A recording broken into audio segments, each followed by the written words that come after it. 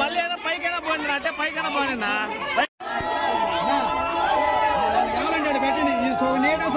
Municipal కార్మికులకి గతంలో ప్రతిపక్ష నేతగా ఉన్నప్పుడు వైఎస్ జగన్మోహన్ రెడ్డి గారు ఇచ్చినటువంటి సమాన పనికి సమాన వేతనం పర్మనెంట్ చేస్తామని హామీ ఇచ్చారు.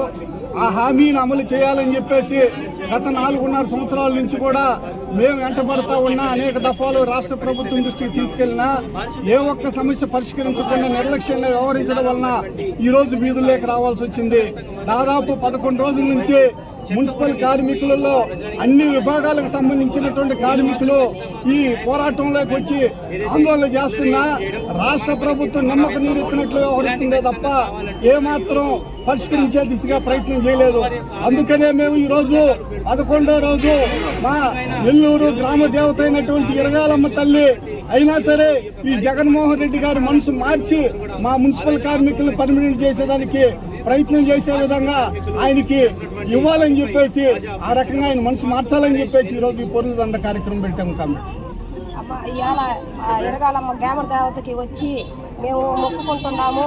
అమ్మ మాకు జగనన్న సమాన పనికి సమాన వేతనం పర్మనెంట్ చేయమని నీకు మొక్కుంటున్నామమ్మా.